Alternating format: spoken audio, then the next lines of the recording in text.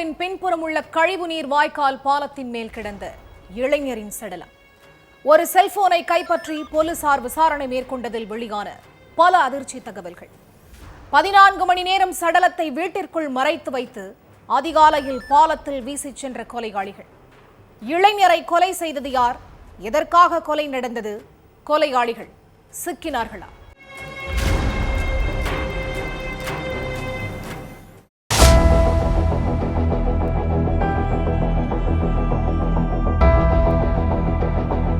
பாண்டி மெரினா செல்லும் சாலை உப்பளம் play ground பின்புறத்தில் உள்ள கழிவுநீர் வாய்க்கால் பாலத்துக்கு மேல ஒரு இளைஞரோட சடலம் கிடக்கிறதா அதிகாலை 4 மணிக்கு ஒதியஞ்சாலை போலீஸ் ஸ்டேஷனுக்கு போன் வந்திருக்கு. அடுத்து அங்கு வந்த போலீசார் தலையில அரிவாளால வெட்டப்பட்டு உயிரிழந்து கிடந்த அந்த இளைஞரோட சடலத்தை மீட்டு கதிர்காமம் கவர்மெண்ட் ஹாஸ்பிட்டலுக்கு போஸ்ட்மார்ட்டத்துக்காக அனுப்பி வச்சிருக்காங்க. அடுத்து தடயவியல் நிபுணர்கள் மற்றும் மோப்பனாய் ரோஜரை வரவழைச்சி தடயங்களை சேகரிச்சிருக்காங்க. அப்போ சடலம் கிடந்த இடத்துல இளைஞரோட செல்போன் கிடந்திருக்கு. அதை வச்சு விசாரணையில இறங்குனதுல உயிரிழந்து கிடந்தது புதுச்சேரி உழவர்கரை பஜனை மடத்து வீதியைச் சேர்ந்த 24 வயசான இளைஞர் சந்துருங்கிறது தெரிய வந்திருக்கு.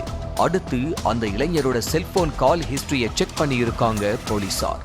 அதுல கடைசியா பேசினது யாருன்னு பார்த்தப்ப முருங்கம்பாக்கத்தை சேர்ந்த வெங்கடேசன் தான் சந்துரு கிட்ட பேசி இருக்கிறது தெரிய வந்துச்சு. அதே மாதிரி வெங்கடேசனோட மனைவி கிட்டையும் சந்துரு அடிக்கடி பேசி இருக்கிறதும் SMS அனுப்பி இருக்கிறதும் தெரிஞ்சது. அதனால சந்துருவோட வீட்டுக்கு போயிருக்காங்க போலீசார். அங்க சந்துரு இல்லாததுனால அவரோட மனைவி கிட்ட விசாரணை நடத்தி இருக்காங்க. அதுலதான் சந்துருவை கொலை பண்ணது யாரு, எதுக்காக கொலை நடந்துச்சுன்னு தெரிய வந்துச்சு.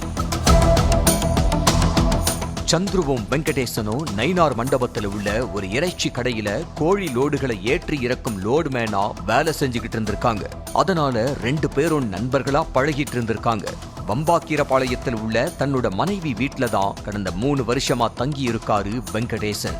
நண்பர் அப்படிங்கிற முறையில வெங்கடேசனை பார்க்க அடிக்கடி வீட்டுக்கு வந்த சந்துரு அவரோட மனைவி கிட்ட நெருங்கி பழக ஆரம்பிச்சிருக்காரு. வெங்கடேசனோட மனைவிக்கு தினமும் போன் பண்றது SMS பண்றதுன்னு இருந்திருக்காரு சந்துரு. ஒரு நாள் மனைவியோட செல்போனை யதார்த்தமா பார்த்த வெங்கடேசனுக்கு நண்பன் அனுப்பின SMSகள் கண்ணுல பட்டிருக்கு. அதனால அதிர்ச்சியான வெங்கடேசன் தன்னோட மனைவிய கண்டிச்சதோட நண்பரையும் எச்சரிச்சிருக்காரு. கணவன் கண்டிச்சதிலிருந்து சந்துரு கிட்ட பேசுறதையே முழுமையா நிறுத்திட்டாங்க வெங்கடேசனோட மனைவி. ஆனா சந்துரு போன் பண்றதையோ SMS பண்றதையோ நிறுத்தல. அப்படித்தான் சம்பவம் நடக்கிறதுக்கு 2 நாளைக்கு முன்னாடி நண்பனோட மனைவியின் அழகை வர்ணிச்சு வாட்ஸ்அப்ல SMS அனுப்பின சந்துரு அவனை விட்டுட்டு வந்துரு, நாம சேர்ந்து வாழலாம்னு சொல்லி இருக்காரு.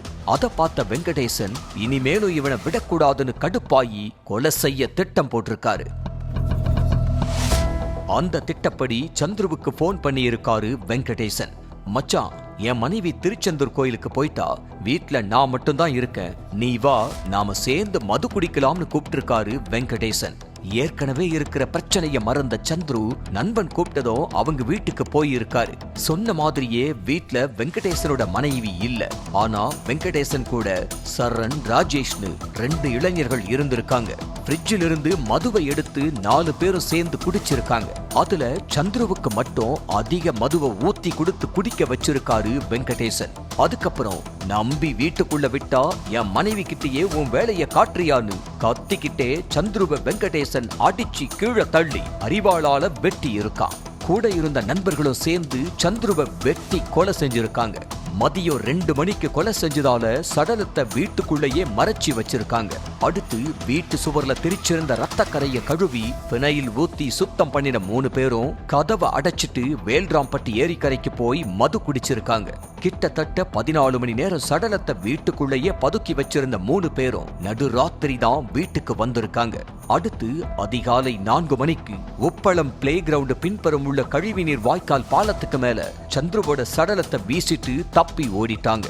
அதுக்கப்புறம் தகவல் தெரிஞ்சு அங்க வந்த போலீஸ் செல்போனை கைப்பற்றி விசாரணை நடத்தினப்பதான் எல்லா உண்மையுமே தெரிய வந்துச்சு. இதுக்கு மத்தியில தலைமறைவா இருந்த வெங்கடேசன், சரண், ராஜேஷ் 3 பேரும் புதுச்சேரி பக்கம் சுத்துறதா தகவல் கிடைச்சிருக்கு. உடனே அங்க போன போலீசார் 3 பேரையும் சுத்தி வளைச்சு கைது பண்ணி சிறையில அடைச்சிருக்காங்க.